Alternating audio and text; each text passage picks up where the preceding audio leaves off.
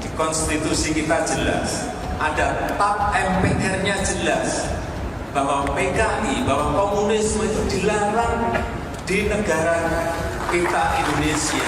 Jadi kalau ada, tunjukkan kepada kita, tunjukkan kepada saya. Saya gebuk detik itu juga. Saya ketemu Luhut Panjaitan yang omnya ditangkap karena terlibat Gestapo, ya, dan Benny Murdani harus mengatakan, ya sorry, ini aturan berselingkungan, om lu gua tangkap juga, kira-kira begitu. Dia bilang pada saya. Nah, di situ saya ketemu anaknya Aidit, anaknya Nyoto, anaknya siapa lagi selain anaknya Pak Agus dan adik perempuannya, saya ketemu semua. Oke, everything was running well waktu itu. Beredar foto sejumlah anggota PKI berpose angkat senjata bersiap perang. Berikut faktanya. Tapi datanya pasti kami akurat. Anda kalau institusi akan membeli 5.000 pucuk senjata. Bukan PKI. Beredar foto sejumlah anggota PKI berpose angkat senjata bersiap perang. Berikut faktanya.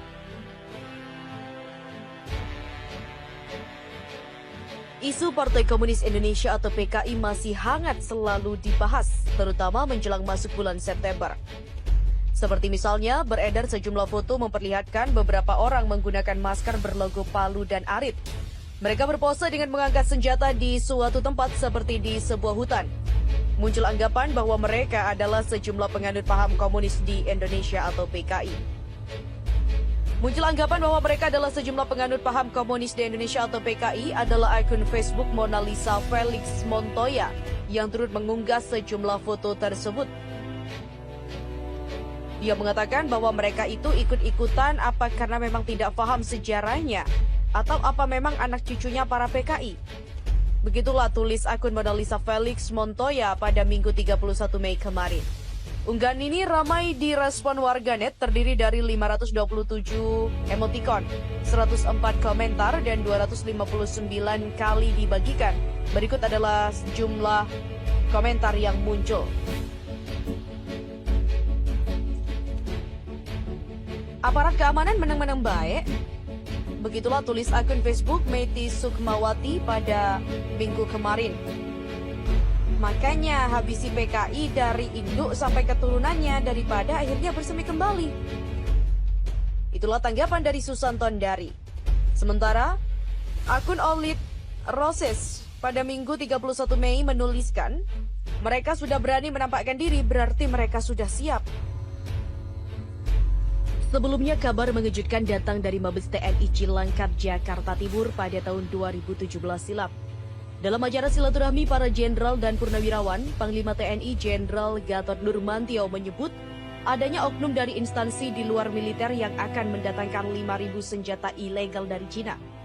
Dalam melakukan aksinya, kata Gatot Nurmantio, institusi itu disebutkan telah mencatut nama Presiden Joko Widodo.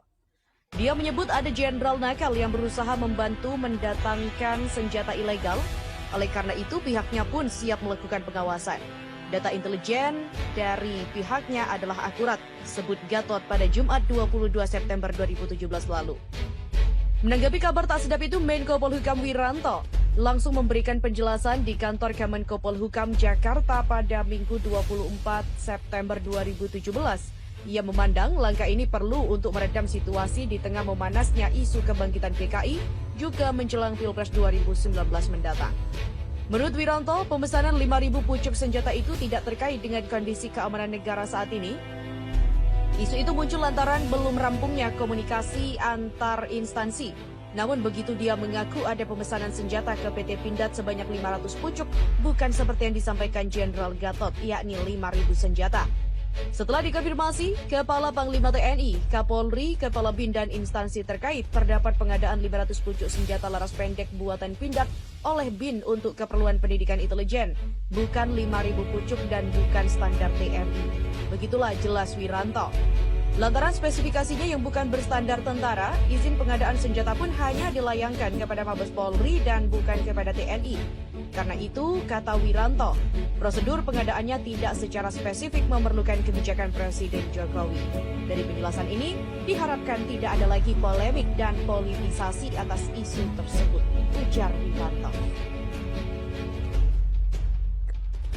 Tokoh NU mengatakan, tanda-tanda bangkitnya PKI sudah banyak.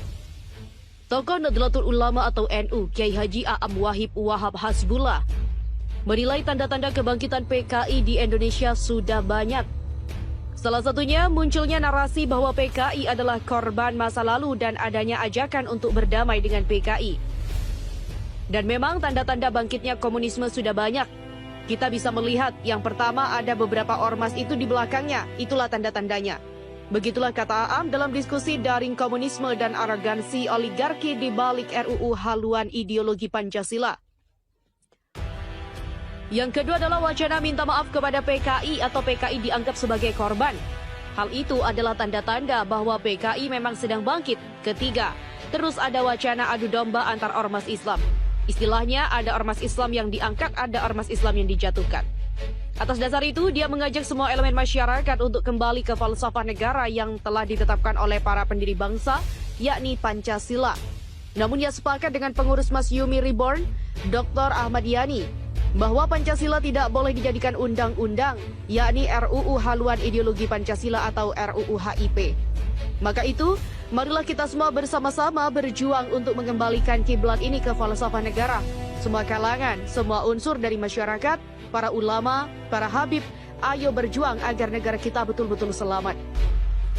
Lebih tegas lagi, dia lebih setuju jika umat Islam kembali saja ke kiblat dalam berbangsa dan bernegara, yakni kesepakatan pendiri bangsa dalam Piagam Jakarta. Dan memang, kesepakatan yang harus kita bela-bela mati-matian adalah kesepakatan Piagam Jakarta pada 2 Juni 1945. Disitulah sebenarnya kesepakatan yang terjadi pada saat sidang BPUPKI. Disitulah sebetulnya kita sebagai umat Islam, khususnya, dan tokoh-tokoh lain sependapat bahwa awalnya. Aam juga menyoroti bahwa saat ini sudah banyak kampus yang menjadi lahan subur tumbuhnya ideologi yang bertentangan dengan Pancasila. Hal itu menurut dia harus diperangi agar ideologi bangsa tetap terjaga.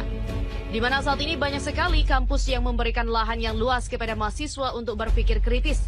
Kalau dulu kampus benar-benar untuk menggali ilmu dan jika sekarang banyak digunakan untuk tumbuhnya paham-paham yang sebetulnya tidak sesuai dengan Republik Indonesia. PKI sebagai korban dalam Wikipedia, peneliti mengatakan, itu sesat dan pembodohan. Peneliti Gerakan Komunis Hadi Nur Ramadan menyesalkan informasi tentang PKI di Wikipedia yang keliru dan menyesatkan masyarakat, terutama kepada generasi muda. Pasalnya, dalam laman tersebut disebutkan bahwa korban pembantaian tahun 1965 adalah orang-orang yang menjadi bagian dari PKI. Dia sangat menyesalkan situs Wikipedia sebagai sumber informasi dan pengetahuan yang banyak dirujuk masyarakat malah seperti itu. Pihaknya juga melihat nuansa politis dan keberpihakan sangat jelas serta pembodohan ke masyarakat. Demikian kata Hadi. Direktur Yayasan Tamadun ini menuturkan, jika informasi tersebut tidak dirubah, maka Wikipedia telah melakukan pembodohan kepada masyarakat.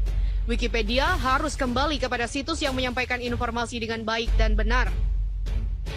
Dia juga meminta kepada Wikipedia meralat tulisan tersebut agar berimbang, sebab jika PKI disebut korban, maka sangat biasa. Jika berbicara korban, umat Islam jugalah korban. NU, Muhammadiyah, aktivis PII, yaitu pelajar Islam Indonesia juga menjadi korban. Bahkan mereka bukan hanya melakukan kudeta di tahun 1965, tetapi juga di tahun 1948, 3 tahun setelah kemerdekaan. Kala itu masyarakat Indonesia sedang gencar-gencarnya melakukan perlawanan agresi Belanda, namun ditikam dari belakang oleh PKI dengan cara melakukan kudeta dan pembantaian. Inilah yang dikatakan siapa yang harusnya menjadi korban. Fakta sejarah PKI diubah lewat Wikipedia. Warganet mengatakan, waspada pemutarbalikan sejarah. Fakta sejarah peristiwa G30 SPKI telah dirubah oleh seseorang melalui artikel di Wikipedia.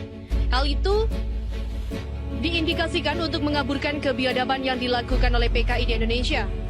Dalam artikel Wikipedia dengan judul Pembantaian di Indonesia 1965-1966, memiliki pesan jika PKI adalah korban berdasarkan informasi yang diunggah oleh akun @cherryping_. Artikel itu diedit sekitar 2 bulan yang lalu.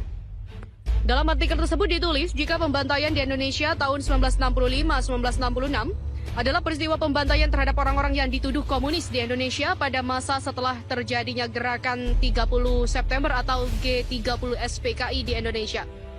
Diperkirakan lebih dari 1,5 juta orang dibantai dan lebih dari 1 juta orang dipenjara dalam peristiwa tersebut.